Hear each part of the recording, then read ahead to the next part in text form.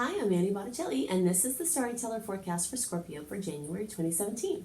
Go to my website, anniehelpsyou.com, see what's new on my blog, and if you would love to study astrology with me, check out my astrology apprenticeship program, which is re-enrolling this month, and also my Creating Successful Online Business course, which helps to teach you how to have an internet presence and to get your work out to a larger audience. So what's going on in this new year, in this new month? Well, we start the alleged new year out in the middle of a retrograde, and this happens sometimes where we're all geared up to have everything be all new, and some things are, but some things aren't, you know? We're at the edge of an abyss, which I'll get more into later, of this retrograde energy that started in December and moves into the middle of May. So it's like a very interesting time for trying to get things out into the world. It's more of a time to be working in the backdrop. So I'll go into more details about that. But I'm calling the theme of this month for Scorpios, communicating awesomeness. Because you have your third house strongly highlighted, and the third house is the house of communication. Now the third house is also other things, but there is a strong focus on getting something out to other people, interacting with people, your day-to-day interactions with people, what you're trying to move forward into as far as communicating with people. Some people don't have any interest whatsoever in having better communication with others. And yet, maybe their job or their spouse or something else is demanding it from them, or the signs around them are screaming it. But some people want to consciously improve their communication and to bring their expression more out in a way where people can really hear it. Some people like communicating just for the sake of itself, but if you really want to deepen your communication energy, then having it be well received or people understanding it more is a focus of this time. How can you get your communication out in a way where it can be most utilized by other people? And that's one of the themes. That's why I'm calling it communicating awesomeness. So I love to write affirmations, and I wrote an affirmation for this for you that says, I create win-wins with my masterful communication. This is something that you can use as a mantra. Affirmations are amazing ways to imprint your subconscious mind that help you to draw in the resources that support what you're trying to work on. I remember when I first started getting into spiritual stuff, a really long time ago now, it seems like, but I would walk on the beach every day and I would say affirmations, whispering them or saying them in my mind or sometimes saying them out loud. I would say them at least 1,000 times, sometimes in a walking session, and have them on my mind throughout the day. And I can say that all the things that I was working on then, I created and have been my normal experience, so I know that there is a massive amount of power behind affirmation. So if you want to do something with your communication, consider using the affirmation. You can also check out my new Instagram account, which I'm making pretty pictures with the affirmations that I'm creating so that you can have a visual version of these to work with. Now, you late degree Scorpio placements, you still have quite a bit of energy in the second house. Late degree placements are the ones that have their birthdays, like at the end, the last 10 days of the sign. Or if you're watching for your rising degree, you have 20 to 29 degrees of Scorpio rising. And this energy of the communication, and it's also transportation, mobility, moving around, busyness, that isn't quite getting really strong for you yet. That's going to take some more weeks to get there. But as we start out January for you, you still have the second house really focused on. The second house has to do with money. It has to do with earned income. And some people find that they're very, very focused on making money, finances, things like that. Just basic translation of this house is money and earned income. This is also the house of values, assessing what is valuable to you. I've had the example in my mind lately because of a personal situation. Some people value a highly manicured lawn using lots of chemicals, and some people value wildflowers that other people call weeds. And that is a totally different value set, you know? So this second house is very much about values, and there's a strong focus there. The second house is also about sensual delights. It's about just, you know, a really soft blanket and really yummy chocolate and, you know, just having your senses engaged in a way that is really rewarding and beneficial. So, being a person on a spiritual path and hoping to connect with my friends who are really focused on upping the vibe, I like to take this idea of the sensual delights, and of course, while I'm not making anything wrong, or, you know, I want to push the energy of the sensual delights to ones that expand highest good, because this is actually possible. And the more you can align with that intention, the more you attract to yourself these type of things. So for you, I wrote the affirmation: I revel in sensual delights that expand my highest good. And this is something that you can really focus on for, you know, drawing in things that are good for you and the things that are important to you and are a wonderful sensory experience. So there's a lot of energy that is gathered in the fifth house for the early degree placements as well. And this is coming soon for the middle and late degree placements. And the fifth house also has to do with this sensory energy. So you could say that in some ways the early, middle, and late degree placements are really having this theme come up. It's just through different house placements at this point. Because the fifth house is about pleasure. It's about fun. So there's this long-term energy for the early degree placements that is not really kicking up very strong for the middle and late degree placements. But there's short-term energy happening at the same time that is going to be current for all early and middle and late degree placements. The difference between a short-term transit and a long-term transit is that the personal planets that are closer to us, like what the moon's doing, Mercury, Venus, Mars, those planets take less time to move around their orbits, so they're sort of spinning around in these fields of experience, activating different sectors for us. And, you know, weeks pass and they're sort of on to something else, you know? So there's like a short-term burst of energy when those short-term planets or inner planets are somewhere. And so this theme of fifth house, children, pleasure, hobbies, fun, things like that, is a long-term theme for the early degree placements, but it's a short-term theme for all of you because of Venus and Mars moving through there or about to be moving through there. So this could bring more romance into your life. This could bring interesting romantic experiences. This could bring just fun or the finding of new hobbies, or fun for the sake of itself, you know. I know that Scorpio energy can get pretty intense, and sometimes it's intense just for the sake of being intense. I have a lot of strong Scorpio energy around me through some close friends and through my husband. And I can see that sometimes there really needs to be a break from the intense, obsessive focus on certain things so that the energy can lighten, you know, and this is a much lighter energy. So if you find that you've been just really hitting the, you know, with your nose to the grindstone for an extended period of time, just see how you can let these high vibe, sensory, fun delights and things kind of frolic into your experience. So those are the things that are specific for Scorpio energy. I want to go into this energy, the edge of the abyss, that I call what we're standing before as far as the retrogrades that are going to stretch into the middle of May, how you can most maximize those energies, some challenging dates in January, some sweet dates in January, and just the general picture of what we're working with from the general transit standpoint. So I'm calling the month of January 2017. The theme for all signs is the edge of the abyss. We start out the month in the middle of the first of a series of personal planets being retrograde.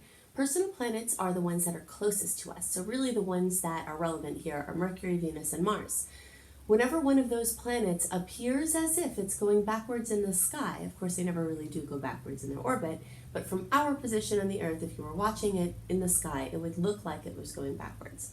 That period of time, called a retrograde, lends itself into going backwards and going in deep. Some people have made the mistake of thinking you can't do anything during a retrograde cycle. That is totally not true, and I'm going to go into more details about that.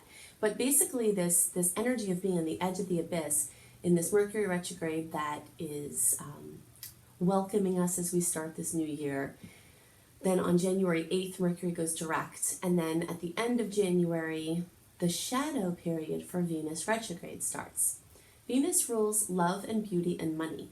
So the energies ruling, or the energies regarding those topics all tend to go backwards. But there's also a shadow period before the actual retrograde. So even though Venus is not retrograde until March 4th, and that's through April 15th, at the end of January, it's already warming up.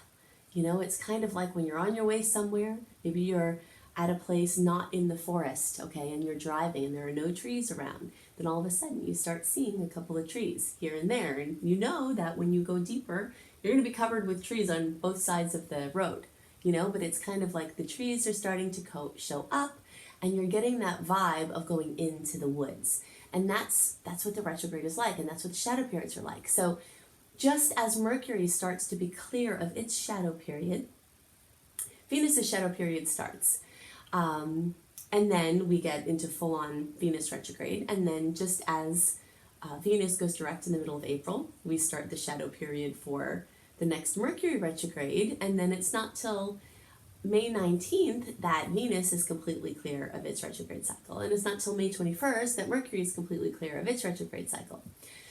So you can see why I call this time in January the edge of the abyss, and why, if you've listened to my horoscopes for a while, you can see why I was pushing you to push as many things forward into the world in the launch period, November through like December 3rd or so, because these energies want to go back and they want to go in. An analogy that I've been thinking of that really reminds me of the energy of what we're standing before. As I was stating earlier, it's a huge mistake to think you can't do anything in a retrograde. There is so much to do, there's plenty to do, and there are some things that it's actually good to do those things. You can get some specifics on Mercury retrograde by watching my video for that transit. You can also watch my video for Venus retrograde to get more details about specifics for that transit. I'll give some general retrograde energies here. But it's like if you want to clean out your kitchen, right? Maybe it's not too messy when you get in there, but when you start taking stuff out of the cabinets and spreading all the clean surfaces with the stuff from the cabinets in order to get everything out, throw stuff away, wipe the surfaces inside the cabinets, you create a righteous mess, right? In order to meet the objective, which is to have a truly clean kitchen that feels really good, getting rid of stagnant energy, clearing out things you don't need, making room for new.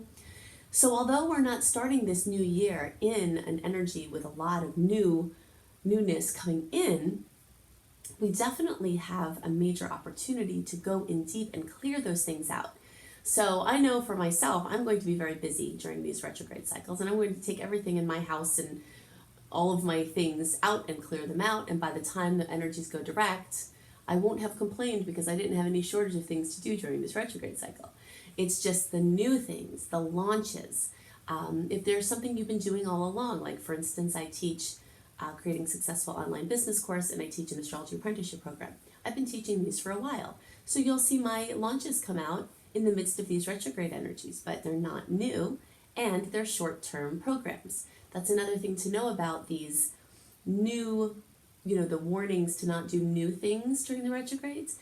That's really a warning to not do long-term things. If you want to try something on or do a trial period or do something for a short amount of time that's not intended to have longevity, it's perfect. It's fine. You can play, you can experiment, etc. And it's a wonderful time to do that. You can have different experiences, and it's like a no commitment type of thing. If you go in thinking I'm going to be doing this for a certain number of years and it's going to be exactly how we're talking about right now, it's just not going to be that way. You know, it's going to change and evolve, and that's the nature of the retrogrades. So, just keep that keynote of being on the edge of the abyss, keeping the understandings that things might have to get a little messier in your life before they can become clearer, but that this is really what's needed. You know, it's really what's needed to get you closer to the things that you want to do, the experiences that you want to have. So, another good point about this retrograde cycle is to try to get your taxes done early. If you can submit them, like at the end of, I know you have to wait for some tax documents at the end of January, but as soon into February as possible, have all your ducks in a row, it's going to be much easier for you because April 15th is the tax day that everything is due, but that's the end of Venus retrograde, and money things are going to be, you know, affected by this. So you might want to try to get that done. Something else really great about retrogrades is that when you are taking everything out to look at it again, you often find a lot of gems, things that you totally forgot about. If you're a writer, maybe if you're clearing out old files, you find some things that could be usable for a current project, or that you feel inspired to go back and start getting into again. This happens all the time. Either something that you find or something comes back to you through someone else mentioning it, or you know, something floats in your field in some way from the past, then you get back on it and you bring it to a different level. You know, it's like something coming back from the past that you work on. But you often will find a lot of gems, you know, so contacting people from the past, going through things from the past, clearing out stuff is one of the best things you can do during retrogrades. And then you'll be in a much better position for launching when the stars are great again, which is like May 21st is really, you know, there might be a couple of dates before then that could work, but that's the day that the Venus retrograde, the Mercury retrograde is clear. So you've got from May 21st through July 25th, free of personal planet retrogrades. And as we get closer to those days, I'll give you, you know, challenging dates and good dates around in that time period. But I just want to give you an overview for the year so you have a snapshot of what we're looking at. Then we have another retrograde cycle between July 26th and October 6th, and then we're clear again from October 7th through November 5th. So essentially you've got 2 good launching periods this year. And then you might want to take advantage of that and line things up that way. So let's see, I want to give you the good dates. I say good dates. These are dates that have sweet aspects that are occurring. And note that some of the dates I give you that could carry sweetness are also some of the same dates that could bring challenges or drama. Because on some days we have certain really good aspects and certain challenging aspects at the same time. I'm going to give you the dates, but note that sometimes we feel the energy of a transit before or after the day it actually occurs. So sometimes the exact date isn't as relevant as the time period. I'm not going to list all of why these dates carry sweetness or challenges. You can see more details about that when you sign up for my free email newsletter, which is on my website, anniehelpsyou.com. I do a write-up for the month before that gives the theme of the month, themes, keynotes, sweet days, challenging days, as well as the actual aspects that make those sweet or challenging, with a little bit of explanation as to why and what's happening there. So you can get that for free on my website, anniehelpsyou.com. Okay, so you might find sweetness on or around January 3rd, January 6th and 7th, January 20th, 23rd, 28th, and 29th. But a big star around January 29th January 28th, because this is the Chinese New Year and the new moon in Aquarius. So if you have to push something through that you could not push through in my suggested time frame that ran until December 3rd, then this might be a date that could work for you, because it's dancing right between some challenging aspects, but it has a lot of good energy for forward momentum.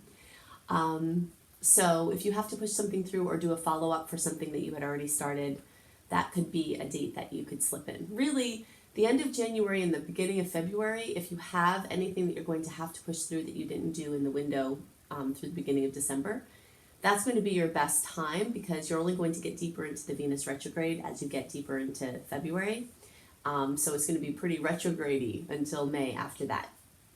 But it will still have effects because it's right in the middle of all this, but it's your best bet if you have to do something.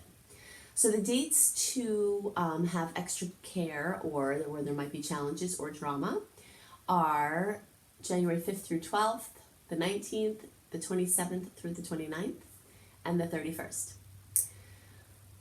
Okay, so definitely check out my blogs, my new moon, making powerful wishes for each of the new moons on my website, anniehelpsyou.com. You can also check out my courses, my coach certification course, my creating successful online business course, and my astrology apprenticeship program. My astrology apprenticeship program and my creating successful online business courses will be re-enrolling. They have been closed for enrollment. They will be re-enrolling in January. So you can check that out, and maybe you'll want to join me to do these professional certification courses. So I hope you have a wonderful month, and I will see you next month.